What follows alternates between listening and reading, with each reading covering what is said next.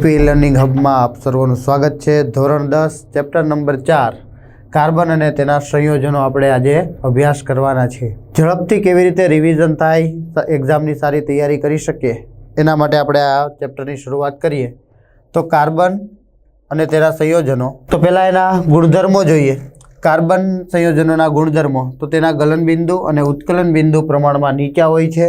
યાદ રાખવાનું કે એના જે સંયોજનો હોય કાર્બનના, એના ઉત્કલન બિંદુ અને ગલન બિંદુ પ્રમાણમાં નીચા હોય છે। તેમની વચ્ચે આંતરઆણ્વીય આકર્ષણ બળ, કાર્બન કાર્બન વચ્ચે સહસંયોજક બંધ હોય, કારણ કે ઇલેક્ટ્રોનની સહિયારી ભાગીદારી કરીને બંધ બનાવે। ઇલેક્ટ્રોનની સહિયારી ભાગીદારી કરીને જે બંધ બનાવે એને સહસંયોજક બંધ કહેવાય। તેમની વચ્ચે આંતરઆણ્વીય આકર્ષણ બળ છે, જે બે બંધ બન્યા હોય એની વચ્ચે આંતરઆણ્વીય આકર્ષણ બળો છે એ નિર્બળ હોય, ઓછું હોય, નિર્બળ હોય છે। તેઓ વિદ્યુતના અવાહકો હોય છે। અપવાદ હોય છે તો આપણે જોયું છે કે ગ્રેફાઇટ છે કાર્બનનું જ સ્વરૂપ છે, જેમાંથી વિદ્યુત પ્રવાહનું વહન થઈ શકે, પરંતુ મોટાભાગના કાર્બનિક સંયોજનો છે તે વિદ્યુતના કેવા હોય છે? અવાહકો હોય છે, એટલે એમાંથી વિદ્યુત પ્રવાહ પસાર થઈ શકતો નથી। તેઓ મોટેભાગે ઘન, પ્રવાહી અથવા વાયુ અવસ્થા, એટલે કે ત્રણ અવસ્થામાં આપણને જોવા મળે છે। કારણ કે કાર્બન છે, કોઈ જગ્યા એવી બાકી નથી કે જ્યાં કાર્બનનું પ્રમાણ ન હોય। મોટાભાગે દરેક વસ્તુઓમાં કાર્બન કોઈક ને કંઈક અંશે, થોડા ઘણા અંશમાં તો હોય જ છે। એટલા માટે એ ત્રણ અવસ્થામાં જોવા મળે છે, ઘન, પ્રવાહી અને વાયુ અવસ્થામાં।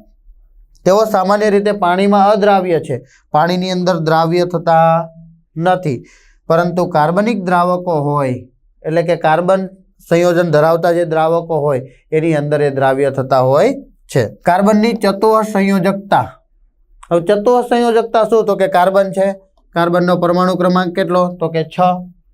એની ઇલેક્ટ્રોન રચના લખવી તો કઈ રીતે લખી શકીએ? તો કે ઇલેક્ટ્રોનની વહેંચણી, ગોઠવણી કેવી રીતે થશે?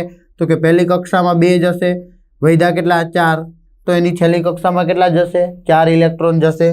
તો એની છેલ્લી કક્ષામાં 4 ઇલેક્ટ્રોન છે। તમે અભ્યાસ કરીને આવ્યા જશો કે જો પરમાણુની છેલ્લી કક્ષામાં 1, 2 કે 3 ઇલેક્ટ્રોન હોય, જો 1, 2 કે 3 ઇલેક્ટ્રોન હોય તો 1, 2 કે 3 ઇલેક્ટ્રોન શું કરે? ગુમાવે। ગુમાવશે તો ધન આયન બને, પ્લસ બને। એવી જ રીતે જો છેલ્લી કક્ષામાં 5, 6 કે 7 ઇલેક્ટ્રોન હોય તો શું કરશે? તો કે 5 હોય તો 3 મેળવે, 6 હોય તો 2 મેળવે અને 7 હોય તો 1 મેળવે।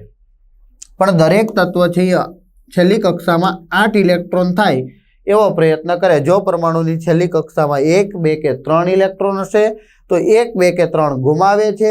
જો છેલ્લી કક્ષામાં 5, 6 કે 7 ઇલેક્ટ્રોન હશે તો 3, 2 કે 1 ઇલેક્ટ્રોન મેળવે છે અને છેલ્લી કક્ષામાં 8 ઇલેક્ટ્રોન કરવાનો પ્રયત્ન કરે છે। અહીંયા કાર્બન છે, કાર્બનની છેલ્લી કક્ષામાં 4 છે, ન આ બાજુ છે ન આ બાજુ છે, તો એ શું કરે? તો કે ન તો કોઈને આપશે, મતલબ કે ગુમાવશે, અથવા તો કોઈને પાસેથી મેળવશે પણ નહીં, પરંતુ કાર્બન છે એ સહસંયોજક ભાગીદારી કરશે, એની સાથે સહિયારી ભાગીદારી કરશે અને સહસંયોજક બંધથી જોડાશે। તો કાર્બનનો પરમાણુ ક્રમાંક 6 છે। આથી કાર્બન પરમાણુની ઇલેક્ટ્રોન રચના કઈ રીતે થાય? તો કે ઇલેક્ટ્રોનની ગોઠવણી, કે કક્ષામાં 2 ઇલેક્ટ્રોન, એલ કક્ષામાં 4 ઇલેક્ટ્રોન ગોઠવાયેલા હોય। તો કે કક્ષાની અંદર 2 ઇલેક્ટ્રોન ગોઠવાયેલા હોય, જે પહેલી કક્ષા છે, અને કાર્બન માટે એની છેલ્લી કક્ષા એ જ એની બીજી કક્ષા થશે, જેની અંદર કેટલા ઇલેક્ટ્રોન છે? 4 ઇલેક્ટ્રોન છે। આમ કાર્બન પરમાણુ તેને બાહ્ય કક્ષામાં, છેલ્લી કક્ષામાં, સંયોજકતા કક્ષામાં 4 ઇલેક્ટ્રોન ધરાવે છે, એટલે કે એની છેલ્લી કક્ષામાં 4 ઇલેક્ટ્રોન છે।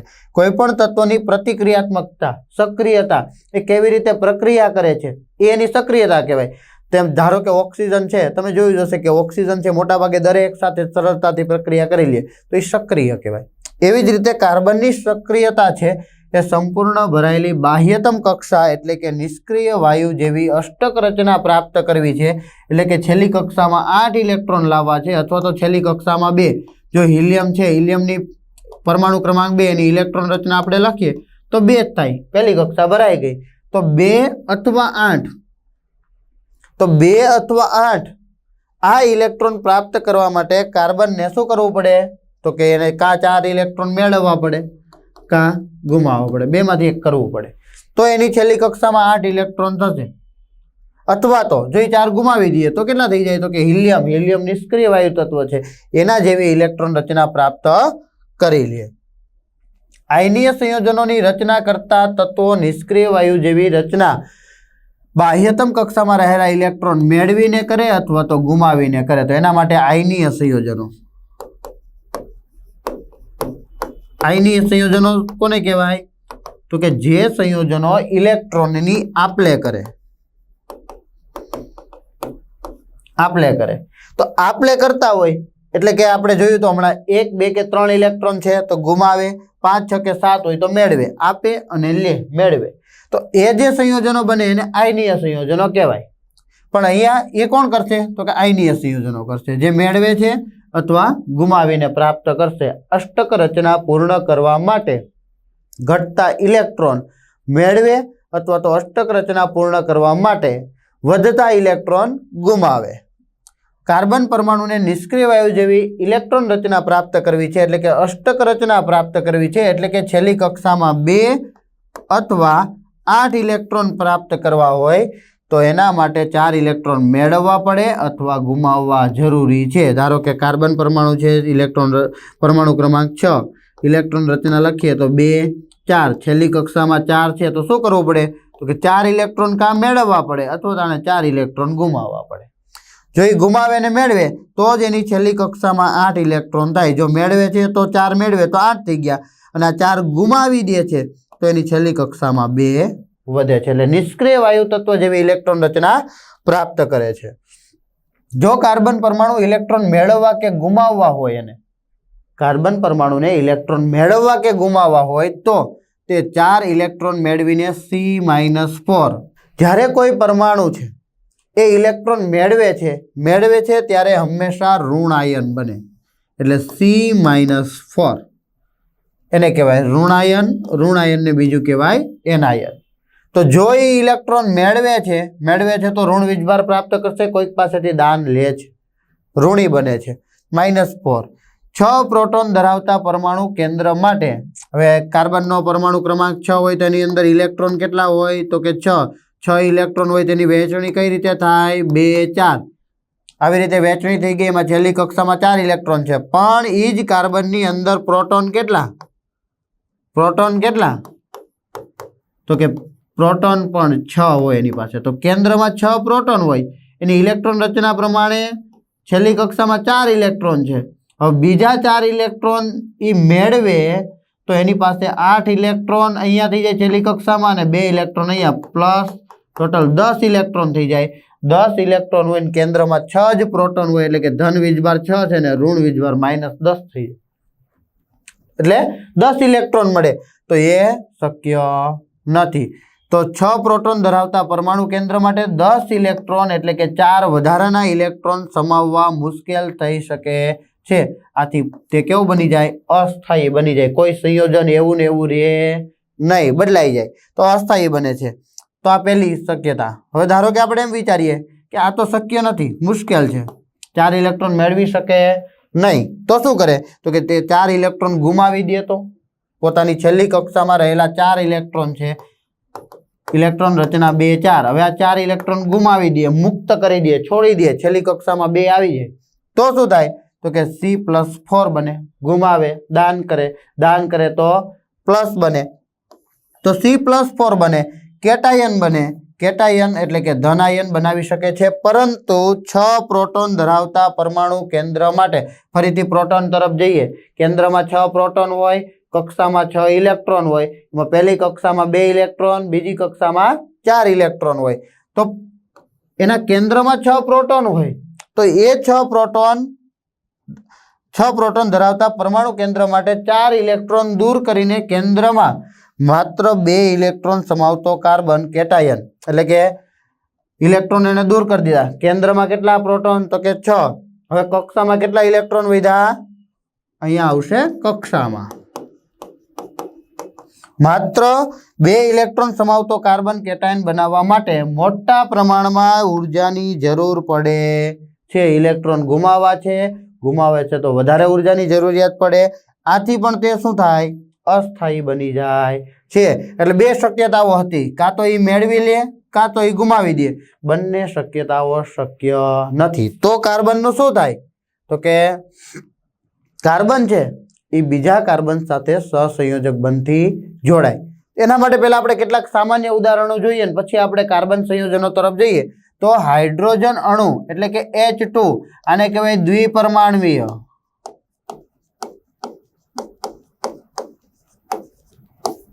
H2 માં સહસંયોજક બંધની રચના કેવી રીતે થાય? તો સૌપ્રથમ હાઇડ્રોજનનો પરમાણુ ક્રમાંક કેટલો છે? 1 છે. તેથી તેની ઇલેક્ટ્રોન રચના તો કે હાઇડ્રોજન પાસે એક જ ઇલેક્ટ્રોન છે. પહેલી કક્ષા K કક્ષા છે, એની અંદર 1 ઇલેક્ટ્રોન છે. આમ હાઇડ્રોજન તેના K કક્ષામાં 1 ઇલેક્ટ્રોન ધરાવે છે. હવે એની પાસે 1 ઇલેક્ટ્રોન છે, એ શું કરે?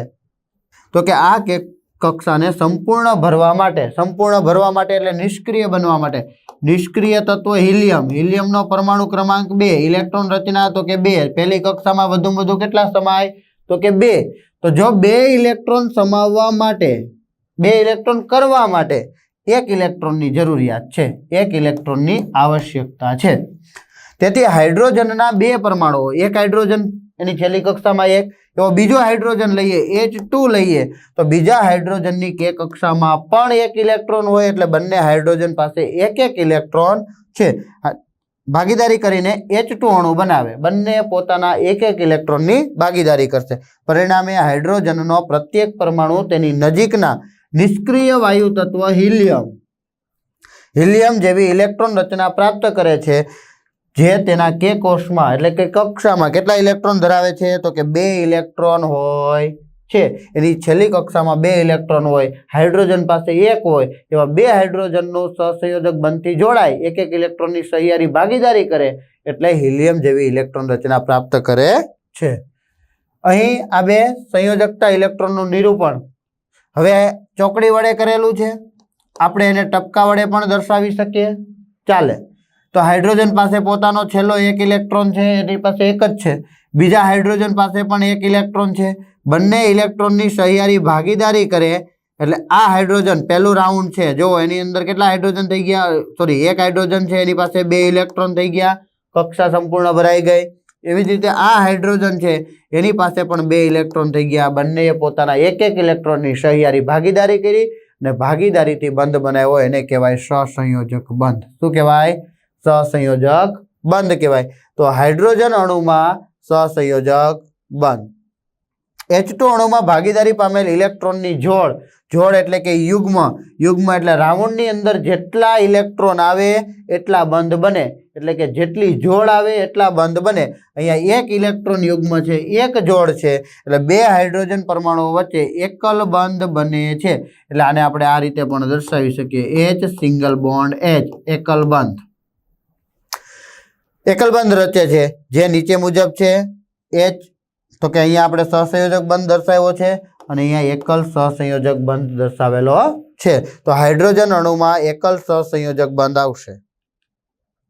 ત્યાર પછી ક્લોરીન અણુ, પરમાણુ ક્રમાંક 17, ઇલેક્ટ્રોન રચના લખીએ તો 2 8 7, છેલ્લી કક્ષામાં 7 ઇલેક્ટ્રોન. 7 ઇલેક્ટ્રોન હોય તો શું કરશે? 1 ઇલેક્ટ્રોન મેળવશે. 1 ઇલેક્ટ્રોન મેળવશે એટલે છેલ્લી કક્ષામાં 8 થઈ જાય, એટલે નજીકના નિષ્ક્રિય વાયુ તત્વ આર્ગોન જેવી ઇલેક્ટ્રોન રચના પ્રાપ્ત કરે. આર્ગોનનો પરમાણુ ક્રમાંક 18 છે, એટલે ઇલેક્ટ્રોન રચના 2 8 8, છેલ્લી કક્ષામાં 8. ભરાઈ ગયેલી કક્ષા કહેવાય, નિષ્ક્રિય કહેવાય. જો ક્લોરીનને 1 ઇલેક્ટ્રોન મેળવી લે અથવા તો 1 ઇલેક્ટ્રોન એને કોઈ આપી દે તો એની છેલ્લી કક્ષા સંપૂર્ણ ભરાઈ જાય અને HCl- ઋણ આયન બને. અહીંયા 1 ક્લોરીન છે કે જેનો પરમાણુ ક્રમાંક 17 છે, જેની છેલ્લી કક્ષામાં 7 ઇલેક્ટ્રોન છે, એ બીજા ક્લોરીન સાથે એટલે કે Cl2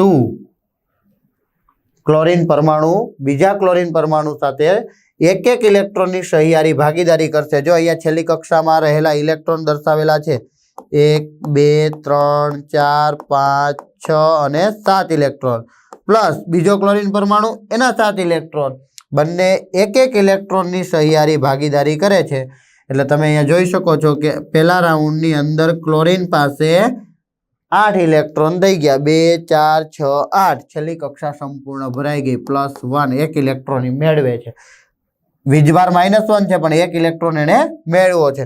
બીજો ક્લોરીન છે, બીજા ક્લોરીનમાં પણ ફરી વખત જુઓ તો 1 આ જે વચ્ચેનો રાઉન્ડ છે એની અંદર એક ઇલેક્ટ્રોન યુગ્મ છે, એક જોડ છે, મતલબ એનો એવો થયો કે આ ક્લોરીનનો એક ઇલેક્ટ્રોન અને બીજા ક્લોરીનનો એક ઇલેક્ટ્રોન બંનેએ સહિયારી ભાગીદારી કરી. તો ક્લોરીન અણુમાં સહસંયોજક બંધ, બંને વચ્ચે એક જ ઇલેક્ટ્રોન યુગ્મ હોવાથી એને એકલ બંધ કહે છે. એટલે ક્લોરીન અણુમાં એકલ સહસંયોજક બંધ. ત્યાર પછી એમોનિયા. એમોનિયાની અંદર એક નાઇટ્રોજન છે, નાઇટ્રોજનનો પરમાણુ ક્રમાંક 7 છે, 3 હાઇડ્રોજન છે, હાઇડ્રોજનનો પરમાણુ ક્રમાંક 1 છે. આપણે આની ઇલેક્ટ્રોન રચના લખીએ તો નાઇટ્રોજનની ઇલેક્ટ્રોન રચના પહેલી કક્ષામાં 2, બીજી કક્ષામાં 5. હાઇડ્રોજનની ઇલેક્ટ્રોન રચના લખીએ તો જેની છેલ્લી કક્ષા કયો કે પહેલી કક્ષા કયો, એની પાસે તો એક જ ઇલેક્ટ્રોન છે. નાઇટ્રોજનની જો છેલ્લી કક્ષામાં 5 ઇલેક્ટ્રોન હોય તો અષ્ટક રચના પૂર્ણ કરવા માટે એને 3 ઇલેક્ટ્રોનની જરૂર છે. એ 3 ઇલેક્ટ્રોનની જરૂર છે એટલે શું કરશે તો કે 3 ઇલેક્ટ્રોન મેળવે -3 બને. હાઇડ્રોજન પાસે એક ઇલેક્ટ્રોન છે, એ એક ઇલેક્ટ્રોન શું કરશે તો કે એક ઇલેક્ટ્રોન આ નાઇટ્રોજનને આપશે. એવા 3 હાઇડ્રોજન છે, એ 3 હાઇડ્રોજન પોતાનો છેલ્લી કક્ષામાં રહેલો એની પાસે રહેલો એક ઇલેક્ટ્રોન નાઇટ્રોજન સાથે સહિયારી ભાગીદારી કરવામાં ઉપયોગમાં લેશે. તો અહીંયા નાઇટ્રોજન છે એની છેલ્લી કક્ષામાં 5 ઇલેક્ટ્રોન, તો 2, 4 ને 5. હાઇડ્રોજન છે એની પાસે એક ઇલેક્ટ્રોન છે, 3 હાઇડ્રોજન પરમાણુઓ છે. એટલે એક નાઇટ્રોજન પરમાણુ, 3 હાઇડ્રોજન પરમાણુ વચ્ચે સહિયારી ભાગીદારી થાય તો વચ્ચે નાઇટ્રોજન એના ઇલેક્ટ્રોનો 2 એમનું રહેશે, 3 હાઇડ્રોજન પરમાણુ જોડાય છે એટલે હાઇડ્રોજનનો એક ઇલેક્ટ્રોન, આ બીજા હાઇડ્રોજનનો એક ઇલેક્ટ્રોન, આ ત્રીજા હાઇડ્રોજનનો એક ઇલેક્ટ્રોન. એની સાથે નાઇટ્રોજનનો આ જે ઇલેક્ટ્રોન છે એ સહિયારી ભાગીદારી કરશે. તમે જોઈ શકો છો કે એક રાઉન્ડ છે એ રાઉન્ડમાં એક ઇલેક્ટ્રોન યુગ્મ આવે છે, અને એક ઇલેક્ટ્રોન યુગ્મ આવે છે એનો મતલબ એમ કે બધા જ સિંગલ બંધથી જોડાયેલા છે, એકલ સહસંયોજક બંધથી જોડાયેલા છે. તો એમોનિયા અણુમાં 3 એકલ બંધ છે, 3 હાઇડ્રોજન નાઇટ્રોજન સાથે સહિયારી ભાગીદારી કરીને જોડાય છે. પાણીના અણુ H2O માં સહસંયોજક બંધની રચના. તો આમ તો પાણી વિશે તો બધા જાણતા જ હોય, 2 હાઇડ્રોજન છે, 1 ઓક્સિજન છે, પણ આજે આપણે એના ઇલેક્ટ્રોન બિંદુ નિરૂપણ કહી શકીએ અથવા તો આજે સહસંયોજક બંધથી કેવી રીતે જોડાય એ જોવાનું છે. તો ઓક્સિજનનો પરમાણુ ક્રમાંક 8, ઇલેક્ટ્રોન રચના 2, 6, છેલ્લી કક્ષામાં 6 ઇલેક્ટ્રોન. હાઇડ્રોજન વિશે તો આપણે વારંવાર અત્યારે જોઈએ જ છીએ, હાઇડ્રોજનનો પરમાણુ ક્રમાંક 1, એની ઇલેક્ટ્રોન રચના પણ 1 છે. હવે આની છેલ્લી કક્ષામાં રહેલા 6 ઇલેક્ટ્રોન છે એ ઓક્સિજન પાસે દર્શાવવાના. તો ઓક્સિજન પાસે એના 6 ઇલેક્ટ્રોન દર્શાવેલા છે, આ 6 ઇલેક્ટ્રોન દર્શાવી દીધા. હાઇડ્રોજન પાસે એનો 1 ઇલેક્ટ્રોન દર્શાવેલો છે, એવા 2 હાઇડ્રોજન છે. એટલે આવું કંઈક બંધારણ થાય છે કે ઓક્સિજન છે એની પાસે 6 ઇલેક્ટ્રોન છે, ઓક્સિજન પાસે 6 ઇલેક્ટ્રોન છે. તો આપણે 6 ઇલેક્ટ્રોન એના દર્શાવી દેવાના, આ 6 ઇલેક્ટ્રોન દર્શાવી દીધા. હાઇડ્રોજન પાસે 1 ઇલેક્ટ્રોન છે. હવે બંનેની સંયોજકતા પૂરી કરીએ તો હાઇડ્રોજનની 1 ઇલેક્ટ્રોનની જરૂરિયાત છે. આ હાઇડ્રોજનની સંયોજકતા પૂરી થઈ ગઈ. હવે ઓક્સિજનની સંયોજકતા પૂરી કરવાની, એટલે ઓક્સિજનની સંયોજકતા પૂરી થઈ ગઈ. તો બિલાડી જેવું બંધારણ દેખાય, બરાબર છે, પાંડા જેવું, બરાબર. તો એ છે પાણીના અણુનું, અથવા તેને કોઈ પણ રીતે દર્શાવી શકાય, અને આ રીતે પણ દર્શાવી શકીએ. પણ ખાસ એનો જે રાઉન્ડ છે એ રાઉન્ડમાં 1 ઇલેક્ટ્રોન યુગ્મ હોવો જોઈએ. તો લખી શકીએ કે પાણીના અણુમાં 2 એકલ સહસંયોજક બંધ, 2 એકલ સહસંયોજક બંધ. તો 2 એકલ સહસંયોજક બંધ છે જે આ રીતે અથવા આ રીતે દર્શાવી શકીએ છીએ. તો પાણીના અણુમાં એકલ સહસંયોજક બંધ. હવે આપણે આવીએ છીએ કાર્બન સંયોજનો તરફ. અત્યાર સુધી પહેલા આપણે ડાયહાઇડ્રોજન જોયું, ત્યાર પછી ડાયક્લોરિન જોયું, ત્યાર પછી આપણે પાણીનો અણુ જોયો, એમોનિયા જોયું. હવે આપણે જોઈએ છીએ મિથેન. કાર્બન પરમાણુ ક્રમાંક 6, ઇલેક્ટ્રોન રચના લખીએ તો 2, 4, છેલ્લી કક્ષામાં 4 ઇલેક્ટ્રોન રહેલા છે. હાઇડ્રોજન જે આપણે જોતા જ આવીએ છીએ, જેની ઇલેક્ટ્રોન રચના થશે 1, એટલે કે એની છેલ્લી કક્ષામાં 1 ઇલેક્ટ્રોન છે। કાર્બન પાસે છેલ્લી કક્ષામાં 4 ઇલેક્ટ્રોન છે, એટલે કાર્બન પાસે પોતાના 4 ઇલેક્ટ્રોન અહીંયા દર્શાવી દીધેલા છે, પ્લસ હાઇડ્રોજન આપણે 4 લીધેલા છે, CH4 મિથેન કહેવાય। તો હાઇડ્રોજન એની પાસે રહેલો 1 ઇલેક્ટ્રોન અહીંયા દર્શાવેલો છે। એવા 4 હાઇડ્રોજન છે, 1 કાર્બન પરમાણુ છે, 4 હાઇડ્રોજન પરમાણુ છે, 4 હાઇડ્રોજનના પરમાણુ લીધેલા છે। તમે જોઈ શકો છો અહીંયા આવશે કાર્બન, કે કાર્બનની છેલ્લી કક્ષામાં 4 ઇલેક્ટ્રોન છે, જે ટપકા વડે અહીંયા દર્શાવેલા છે। તો આ 4 ઇલેક્ટ્રોન કાર્બનના છે, એની સાથે હાઇડ્રોજનનો 1 ઇલેક્ટ્રોન। તો એવા 4 હાઇડ્રોજન છે, તો 4 હાઇડ્રોજનનો પોતાનો 1 ઇલેક્ટ્રોન કાર્બન સાથે સહિયારી ભાગીદારી કરવામાં વાપરે છે। તો ભાગીદારી પામેલા ઇલેક્ટ્રોન છે, અને આ જે બોક્સમાં આવશે 1 ઇલેક્ટ્રોન યુગ્મ આવે છે, 1 ઇલેક્ટ્રોન યુગ્મ આવે એટલે 1 બંધ બને છે, એટલે અહીંયા બધી બાજુના બંધ દર્શાવેલા છે। તો મિથેનના અણુમાં 4 એકલ સહસંયોજક બંધ, અણુમાં 4 એકલ સહસંયોજક બંધ। આ જે બંધ છે સિંગલ બંધ કહેવાય, એકલ બંધ કહેવાય। તો અહીંયા આપણે કાર્બનના સૌ પ્રથમ મિથેન અણુ પહેલું સભ્ય છે, આમ તો એ આપણે આગળ જોઈશું, તો એના વિશે જોયું। હવે ઓક્સિજન અણુ O2, હવે આપણે અત્યાર સુધી જોઈએ એકલ બંધ જોયા, હવે જોઈએ દ્વિબંધ। તો કે ઓક્સિજનની છેલ્લી કક્ષામાં કેટલા છે, તો કે 6 ઇલેક્ટ્રોન છે। ઓક્સિજનનો પરમાણુ ક્રમાંક કેટલો, 8। ઇલેક્ટ્રોન રચના શું થાય, 2 6। છેલ્લી કક્ષામાં કેટલા, 6। તો કે 2 ઓક્સિજન લીધા, બંને પાસે છેલ્લી કક્ષામાં કેટલા છે, 6 ઇલેક્ટ્રોન છે। એક ચોકડી મતલબ 1 ઇલેક્ટ્રોન, તમે એને ટપકા વડે પણ દર્શાવી શકો છો। તો ટોટલ છેલ્લી કક્ષાના 6 ઇલેક્ટ્રોન દર્શાવી દીધા છે। આ ઓક્સિજનના 2 પરમાણુ છે। તમે અહીંયા જુઓ, એક ઓક્સિજનને એની અષ્ટક રચના પૂર્ણ કરવી છે, તો કેટલા ઇલેક્ટ્રોન ઘટે છે, તો કે 2 ઇલેક્ટ્રોન ઘટે છે। તો 2 ઇલેક્ટ્રોન કોઈક પાસેથી લેવાના છે, તો એક ઓક્સિજન છે બીજા ઓક્સિજન પાસેથી જ ઇલેક્ટ્રોનની સહિયારી ભાગીદારી કરે। હવે અહીંયા 2 ઇલેક્ટ્રોન ઘટે એટલે 2 ઇલેક્ટ્રોન દોરવા ફરજિયાત છે, તો આ 2 ઇલેક્ટ્રોન થઈ ગયા। હવે આ ઇલેક્ટ્રોન ને આપણે રાઉન્ડ વડે પૂરું કરીએ તો એના જોઈ લે 8 ઇલેક્ટ્રોન, તો ઓક્સિજન પાસે 2 2 4 2 6 અને 2 8। એવી જ રીતે આ ઓક્સિજનનું ગણી લઈએ તો 2 4 અને 6 અને 2 8। ટોટલ આ જે રાઉન્ડ છે, રાઉન્ડની વચ્ચે 2 ઇલેક્ટ્રોન યુગ્મ છે, એટલે 2 ઇલેક્ટ્રોન યુગ્મ હોવાથી દ્વિબંધ આવશે। 2 ઇલેક્ટ્રોન યુગ્મ હોવાથી દ્વિબંધ આવશે, બાકીના ઇલેક્ટ્રોન એમનું રહેશે। જે બંધમાં ભાગ લે છે એને જ માત્ર ગણતરીમાં લેશું આપણે। બંધમાં ભાગ લેતા બંનેના 2 ઇલેક્ટ્રોન, એટલે 2 ઇલેક્ટ્રોન 2 ઓક્સિજન પરમાણુ વચ્ચે દ્વિબંધ। પહેલામાં એકલ બંધ હતા, અહીંયા કેવા છે, દ્વિબંધ થશે।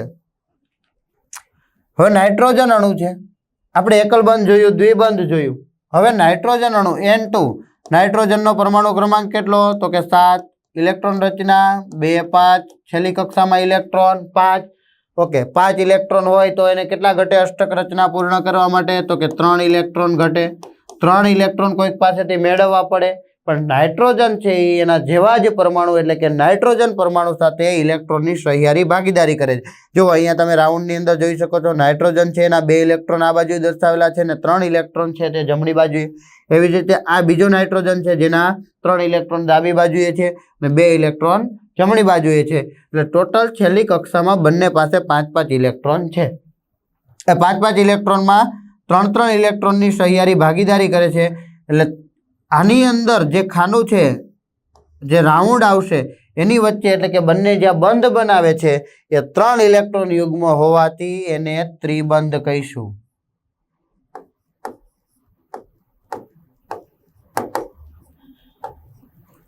બે નાઇટ્રોજન પરમાણુ વચ્ચે ત્રિબંધ, 3 બંધ હોવાથી એને ત્રિબંધ કહીશું। 3 બંધ હોવાનું કારણ છે એની ઇલેક્ટ્રોન રચના, જે છેલ્લી કક્ષામાં 5 ઇલેક્ટ્રોન છે, 3 ઇલેક્ટ્રોનની જરૂરિયાત છે અને બીજા નાઇટ્રોજન પરમાણુ સાથે જ બંધ બનાવે છે, એટલા માટે એ 3 ઇલેક્ટ્રોનની સહિયારી ભાગીદારી કરે છે। અને 3 ઇલેક્ટ્રોનની સહિયારી ભાગીદારી કરતો હોવાથી 3 ઇલેક્ટ્રોન યુગ્મ બને છે અને 3 ઇલેક્ટ્રોન યુગ્મ બનતો હોવાથી તે ત્રિબંધ બનાવે છે। કાર્બનના કયા બે ગુણધર્મો વચ્ચે વધુ સંખ્યામાં કાર્બન સંયોજનો બનવાની ક્ષમતા ધરાવે છે? કાર્બન છે ને એ ખૂબ જ અદ્વિતીય તત્વ છે, એટલે કે કાર્બન તત્વથી સંયોજનો બને છે. તો કાર્બનના કયા બે ગુણધર્મો વચ્ચે વધુ સંખ્યામાં કાર્બન સંયોજનો બનાવવાની ક્ષમતા ધરાવે છે? પહેલો ગુણધર્મ છે કાર્બનનો કેટેનેશનનો ગુણ. કેટેનેશનનો ગુણ એટલે શૃંખલામાં જોડાવાનો ગુણ. એક કાર્બન છે બીજા કાર્બન સાથે, બીજો કાર્બન ત્રીજા કાર્બન સાથે, એવી રીતે લાંબી શૃંખલામાં જોડાવાનો એનો ગુણ છે. એના કારણે તે ઘણા બધા સંયોજનો બનાવે છે. તો કાર્બન પરમાણુ અન્ય કાર્બન પરમાણુઓ સાથે બંધ બનાવવાની અદ્વિતીય ક્ષમતા, એટલે કે એવી ક્ષમતા બીજા કોઈ પરમાણુ પાસે છે નહીં. બીજો કોઈ તત્વ, તમે ઘણા બધા તત્વો જાણતા હશો, એમાંથી કોઈ તત્વ છે એ આના જેટલા તત્વો બનાવી શકતો નથી, એટલે એને અદ્વિતીય ક્ષમતા કહેવાય. ધરાવતો હોવાથી ખૂબ જ વધુ સંખ્યામાં અણુઓ સંયોજનો બનાવે છે. કાર્બનના આ ગુણધર્મને કહેવાય કેટેનેશનનો ગુણધર્મ. ઘણા બધા જે સંયોજનો બનાવવાની એની ક્ષમતા છે એ ક્ષમતાને કહેવાય કેટેનેશનનો ગુણધર્મ. આ સંયોજનો કાર્બનની લાંબી શૃંખલા, કાર્બનની શાખિત શૃંખલા, લાંબી શૃંખલા એટલે તમને કીધું એમ એક કાર્બન બીજા કાર્બન સાથે, બીજો ત્રીજા સાથે, ત્રીજો ચોથા સાથે. શાખિત શૃંખલાઓ જેમ ઝાડ હોય ને એમાં કેમ ડાળીઓ ફૂટતી હોય, એમ આની અંદર પણ શાખાઓ આવે કે કાર્બનની એક શૃંખલા હોય તેમાં નીચે એક લટકતો હોય અથવા તો એક ઉપર હોય. એ આપણે આગળ જોઈશું. તો શાખિત અથવા વલયોમાં ગોઠવાયેલા હોય છે. વલયો એટલે ચક્રીય બંધારણ ધરાવતા હોય છે, તો એ પણ આપણે આગળ જોઈશું. એમાં કાર્બન પરમાણુઓ ધરાવે છે. જો અહીંયા તો લાંબી સરળ શૃંખલા છે, એક કાર્બન બીજા કાર્બન સાથે, બીજા કાર્બન ત્રીજા સાથે, ત્રીજો ચોથા સાથે. સીધી શૃંખલા છે એટલે કે સરળ કીધું છે, તો આ શૃંખલાના સ્વરૂપમાં છે. એવી જ રીતે શાખિત, જો 1 2 અને 3, આ જે ચોથો કાર્બન હતો એને આપણે નીચે લટકાવી દીધો, બરાબર છે. જો અહીંયા બંધ, આ શું દર્શાવે છે? તો કે એની સંયોજકતા 4 છે, 4 જગ્યાએ તો જોડાવાનું જ છે. એક કાર્બન સાથે જોડાણું, 3 ઘટે તો 3 ઘટે તો ત્યાં શું આવશે? હાઇડ્રોજન આવશે. અહીંયા 2 ઘટે તો હાઇડ્રોજન, કારણ કે બે બાજુ એક એક તો છે જ. અહીંયા 2 ઘટે શું આવશે? હાઇડ્રોજન. અહીંયા પણ 2 3 ઘટે, 3 3 હાઇડ્રોજન. તો આવી રીતે એક કાર્બન બીજા કાર્બન સાથે જોડાઈને લાંબી શૃંખલા બનાવે છે, સરળ શૃંખલા બનાવે છે. એવી જ રીતે જો અહીંયા શાખે છે, એટલે કે એક સીધી શૃંખલા છે, એમાં નીચે લટકેલો છે, તો શૃંખલામાં છે. આપણે એની સંયોજકતા પૂરી કરીએ તો કાર્બન છે એ 4 જગ્યાએ તો જોડાયેલો જ હોવો જોઈએ. એમાં એક કાર્બન સાથે જોડાઈ ગયો છે, તો બાકી રહી બધા હાઇડ્રોજનથી એની સંયોજકતા પૂરી કરે છે. આ હાઇડ્રોજન આનો છે, આ અહીંયા આવી રીતે એની હાઇડ્રોજનની સંયોજકતા, કાર્બનની સંયોજકતા હાઇડ્રોજન વડે સંતોષાય છે, તો એને શાખિત કહેવાય. આ 3 કાર્બનોનું વલય ચક્રીય ચક્ર થઈ ગયું. તો અહીંયા જે કંઈ પણ સંયોજકતા ઘટતી હોય એ હાઇડ્રોજન વડે આપણે પૂરી કરવાની આવે. એવી જ રીતે આ છે 4 કાર્બનનું છે, 5 કાર્બનનું છે, 6 કાર્બનનું વલય છે. તો આ બધા વલયો શાખિત અને લાંબી શૃંખલામાં કાર્બનના સંયોજનો ઘણી બધી સંખ્યામાં બનતા હોય છે. કાર્બન સંયોજનોમાં જે કેટેનેશનનો ગુણધર્મ એટલે કે આ શૃંખલા બનાવવાનો જે ગુણધર્મ જોવા મળે છે તે કોઈ બીજા તત્વમાં જોવા મળતો નથી. આપણને એમ થાય કે કેમ આ એક જ, હવે ઇલેક્ટ્રોન રચના શું બીજું કોઈ નહીં ધરાવતું હોય? ઓકે, આપણે એક વખત જોઈએ, ટ્રાય કરીએ. તો કાર્બનનો પરમાણુ ક્રમાંક કેટલો? તો કે 6. ઇલેક્ટ્રોન રચના 2 4. એનો મતલબ એમ કહો કે છેલ્લી કક્ષામાં જો 4 ઇલેક્ટ્રોન હોય, જો છેલ્લી કક્ષામાં 4 ઇલેક્ટ્રોન હોય તો એવા ઘણા બધા તત્વો હશે કે જેની છેલ્લી કક્ષામાં 4 ઇલેક્ટ્રોન હશે. તો અહીંયા આપેલું છે સિલિકોન. ઓકે, સિલિકોન જોઈએ, 14 નંબરનું તત્વ છે. ઇલેક્ટ્રોન રચના લખીએ તો કે 2 8. ક્રમમાં ગોઠવાય, પહેલી કક્ષામાં 2, બીજી કક્ષામાં 8, તો ભરાઈ ગઈ. હવે જે વૈધા એ બાજુની કક્ષામાં જશે, તો પહેલી કક્ષામાં 2 અને બીજી કક્ષામાં 8, ટોટલ 10 થયા. કેટલા વૈધા? 4. આની પાસે 4 ઇલેક્ટ્રોન છે, તો આ કેમ નહીં? કાર્બન પાસે 4 ઇલેક્ટ્રોન છે, સિલિકોન પાસે છેલ્લી કક્ષામાં 4 ઇલેક્ટ્રોન છે. આપણે કેટલાક બંધારણો જોયા કે જેની અંદર છેલ્લી કક્ષાના જ ઇલેક્ટ્રોન ભાગ લે છે. તો અહીંયા કાર્બન જ શા માટે એવી અદ્વિતીય ક્ષમતા ધરાવે છે, સિલિકોન શા માટે નહીં? તો સિલિકોન હાઇડ્રોજન સાથે જે સંયોજનો બનાવે છે તેમાં 7 અથવા તો 8 મેક્સિમમ આટલા સંયોજનો બનાવી શકે. પરમાણુઓ સુધીનો જ શૃંખલા ધરાવે છે, પરંતુ આ સંયોજનો અતિ ક્રિયાશીલ હોય છે. એટલે શું થશે? તો કે ક્રિયાશીલ હોવાને કારણે આ સંયોજનો પોતાનું બંધારણ ઝડપથી બદલી નાખે છે. એટલા માટે કાર્બન છે એ અદ્વિતીય છે, એના જેવા કોઈ સંયોજનો બનાવી શકતો નથી. કાર્બન કાર્બન બંધ ખૂબ જ પ્રબળ હોવાથી, હવે જો કાર્બન કાર્બન વચ્ચે જે બંધ બને ને મજબૂત બંધ હોય એટલે સ્થાયી હોય, અહીંયા અસ્થાયી છે, અતિ ક્રિયાશીલ છે એટલે અસ્થાયી હોય એટલે સંયોજન બદલાઈ જશે. પણ અહીંયા એ પ્રબળ હોવાથી કાર્બન પરમાણુઓના એકબીજા સાથે જોડાણથી મોટી સંખ્યામાં સ્થાયી સંયોજનો બને છે. એટલા માટે સિલિકોન કરતાં કાર્બન છે એ ચડિયાતો છે, અદ્વિતીય છે, અને એટલા માટે જ કાર્બનના ઘણા બધા સંયોજનો બને છે. કાર્બનની સંયોજકતા, તો સંયોજકતા એટલે પરમાણુની સંયોજાવાની ક્ષમતા. તો કઈ રીતે નક્કી થશે? તો કે છેલ્લી કક્ષામાં રહેલા ઇલેક્ટ્રોનને આધારે થશે. તો કાર્બનની સંયોજકતા 4 છે. કેમ? કાર્બનનો પરમાણુ ક્રમાંક 6 છે, એની ઇલેક્ટ્રોન રચના 2 4 છે, છેલ્લી કક્ષામાં 4 ઇલેક્ટ્રોન છે. 4 ઇલેક્ટ્રોન છે તો કા ઇલેક્ટ્રોન ગુમાવે અથવા તો કા મેળવે, તો એની ક્ષમતા કેટલી? તો કે 4 ઇલેક્ટ્રોનની. તો કાર્બનના અન્ય 4 પરમાણુઓ અથવા તો કેટલાક અન્ય એક સંયોજક તત્વોના પરમાણુઓ સાથે બંધ બનાવવાની ક્ષમતા ધરાવે છે. એક ઉદાહરણ આપણે સિમ્પલ જોયું, CH4 મિથેન. એક કાર્બન છે 4 હાઇડ્રોજન સાથે જોડાયેલો છે. તો એવી રીતે કેટલાક અન્ય તત્વો સાથે જોડાઈને પોતાની ક્ષમતા પ્રમાણે સહસંયોજક બંધ બનાવે છે. કાર્બન એ oxygen, hydrogen, nitrogen, sulphur, chlorine તથા અનેક અન્ય તત્વો સાથે વિશિષ્ટ ગુણધર્મોવાળા સંયોજનો બનાવે છે. આ વિશિષ્ટ ગુણધર્મો સંયોજનોમાં હાજર રહેલા કાર્બન સિવાયના તત્વ પર પણ આધાર રાખે છે. એટલે એના ગુણધર્મો છે માત્ર કાર્બન પર આધાર નહીં હોય. આ મિથેન વાયુ છે તો એની સાથે જોડાયેલું બીજું તત્વ કયું છે? તો ઓક્સિજન હોઈ શકે, નાઇટ્રોજન હોઈ શકે, એવી રીતે ક્લોરીન હોઈ શકે. આવા સંયોજનો પર એનો આધાર પણ રહેલો હોય છે. કાર્બન પરમાણુ મોટા ભાગના અન્ય તત્વો સાથે ખૂબ જ પ્રબળ બંધ બનાવે છે, જે સંયોજનોને અપવાદ રૂપે સ્થાયી બનાવે છે. એટલે કે પદાર્થ સ્થાયી બનશે. દરેક વસ્તુમાં કાર્બન છે. આપણે પણ કાર્બનનો ભરપૂર સ્ત્રોત છીએ. આપણામાં પણ પુષ્કળ પ્રમાણમાં કાર્બન હોય છે. કાર્બનનું કદ નાનું હોવાથી, કાર્બનનું કદ નાનું શા માટે? કાર્બનનો પરમાણુ ક્રમાંક 6, ઇલેક્ટ્રોન રચના 2 4, એવા તો 118 તત્વો છે.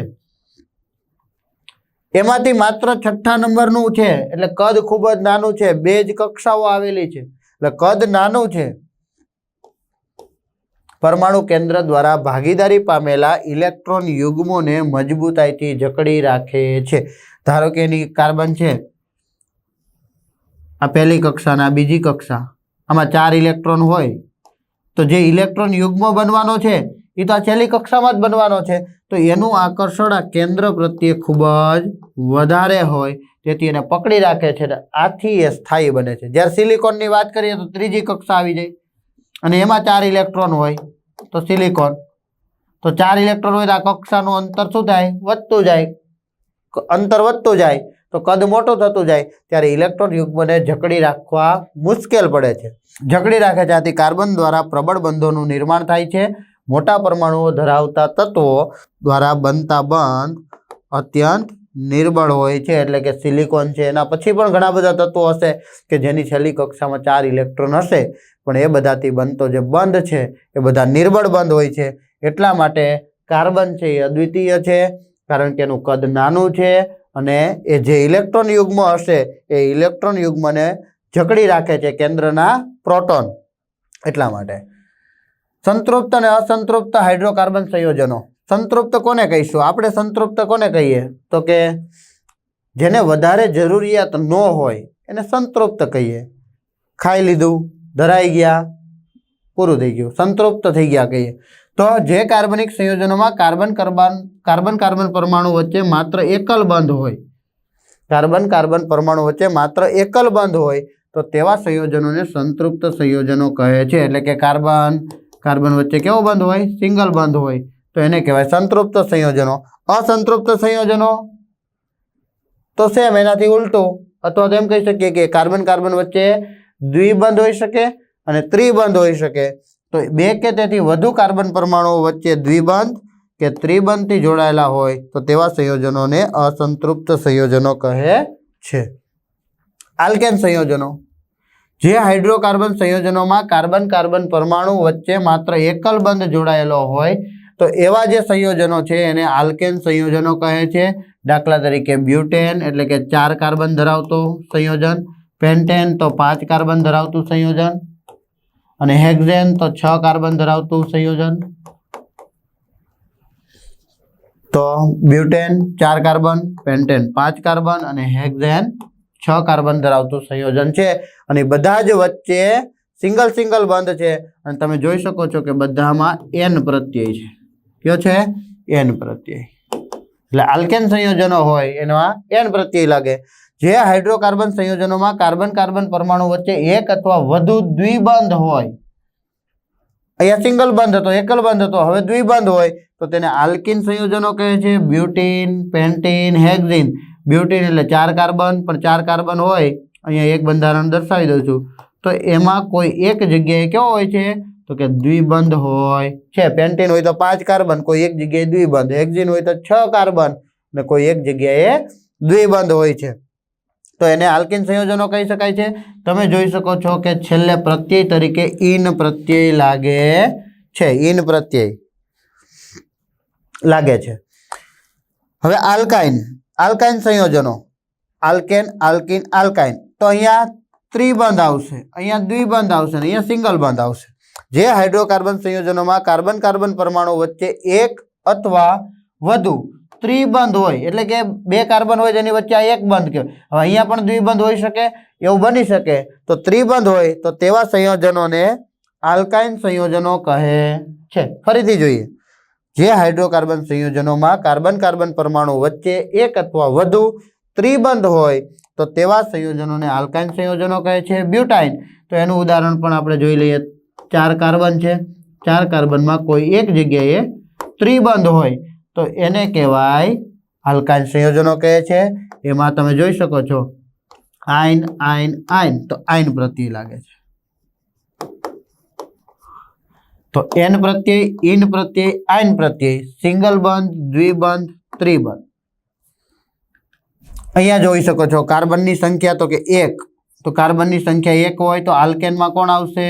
તો કે મિથેન આવશે, જેમાં એક જ કાર્બન છે, બધી જગ્યાએ સિંગલ બંધ છે અને આમાં આવશે N પ્રત્યય. N પ્રત્યય હશે એનું સામાન્ય સૂત્ર આપેલું છે CnH2n+2, જ્યાં N બરાબર શું થશે? તો કે કાર્બનની સંખ્યા થશે. ધારો કે આપણે અહીંયા એક કાર્બન લઈએ તો C1H21+2, તો કાર્બન 1 થશે. હાઇડ્રોજન 2+2 થશે એટલે હાઇડ્રોજન 4 થશે એટલે CH4. તો એનું સામાન્ય સૂત્ર છે N પ્રત્યય લાગે, અહીંયા ઈન પ્રત્યય લાગે દ્વિબંધમાં અને ત્રિબંધમાં આયન પ્રત્યય લાગે. એક બંધ હોય, દ્વિબંધ હોય, ત્રિબંધ હોય, જે આપણે હમણાં જોઈ ગયા. તો આલ્કેનનું એક ઉદાહરણ આપેલું છે મિથેન. 2 કાર્બનની સંખ્યા હોય તો 2 કાર્બન થઈ ગયા, બંને વચ્ચે સિંગલ બંધ છે, સંયોજકતા હાઇડ્રોજનથી પૂરી કરવી ફરજિયાત છે. આલ્કીનમાં તો કે કાર્બન કાર્બન વચ્ચે દ્વિબંધની વાત કરી, સંખ્યા કેટલી કાર્બનની? 1. તો અહીંયા કોઈ જ આવે નહીં, એટલે પ્રથમ સભ્ય હોતો નથી. એવી જ રીતે કાર્બન કાર્બન વચ્ચે ત્રિબંધની વાત હોય તો પ્રથમ સભ્ય હોતો નથી. અને ઇથિનમાં તો કે સંયોજકતા જે બાકી છે, જો કાર્બન કાર્બન વચ્ચે દ્વિબંધ હોય, 2 જગ્યાએ જોડાઈ ગયું છે, 3 અને 4, હાઇડ્રોજનથી સંયોજકતા પૂરી કરવાની. અહીંયા પણ હાઇડ્રોજનથી સંયોજકતા પૂરી કરવાની. ઇથાઇનમાં પણ 3 જોડાઈ ગયા છે, 4 જ જગ્યાએ જોડાઈ શકે એટલે એક એક હાઇડ્રોજન ઘટે છે, ત્યાં એની સંયોજકતા પૂરી થાય. કાર્બનની સંખ્યા જો 3 હોય તો 3 કાર્બન, 3 વચ્ચે સિંગલ બંધ. અહીંયા આપણે આના સૂત્રની પણ ચર્ચા કરી લઈએ. ઈન હોય તો CnH2n, N બરાબર કાર્બનની સંખ્યા જો અહીંયા 3 છે તો આપણે એનું એક સૂત્ર જોઈ લઈએ. C3H 3 દુ 6 હાઇડ્રોજન થશે. જોઈ લઈએ હાઇડ્રોજન 6 થાય છે. 1 2 3 4 5 અને 6. તો આ એનું સૂત્ર થશે, અણુસૂત્ર થશે C3H6 પ્રોપીન. આલ્કાઇનમાં પણ જોઈ લઈએ, કાર્બનની સંખ્યા જો 3 હોય તો H ગુણ્યા N કેટલા લેશું? 3. 3 દુ 6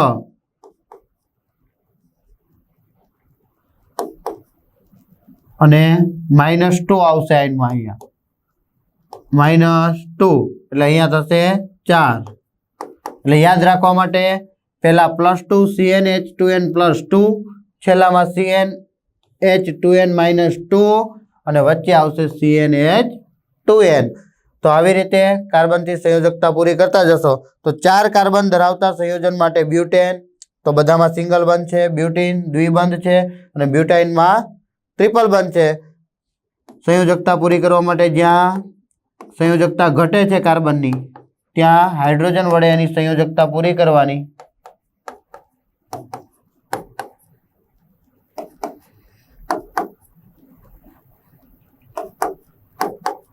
હાઇડ્રોજન વડે આપણે સંયોજકતા પૂરી કરી. જો અહીંયા 3 બંધ ને 1 કાર્બનની સંયોજકતા પૂરી છે, એવી જ રીતે આ કાર્બન છે એમાં 3 ઇલેક્ટ્રોન અહીંયા જોડાઈ ગયેલા છે બીજા કાર્બન સાથે ને 1 અહીંયા જોડાઈ ગયા છે. એટલે વચ્ચેના કાર્બનમાં કોઈ જ હાઇડ્રોજન આપણે મૂકશો નહીં. તો આવી રીતે 4 આપણે ઘણા બધા ઉદાહરણો જોયા. રીપી ઈ લર્નિંગ હબ સાથે જોડાયેલા રહો. Thank you.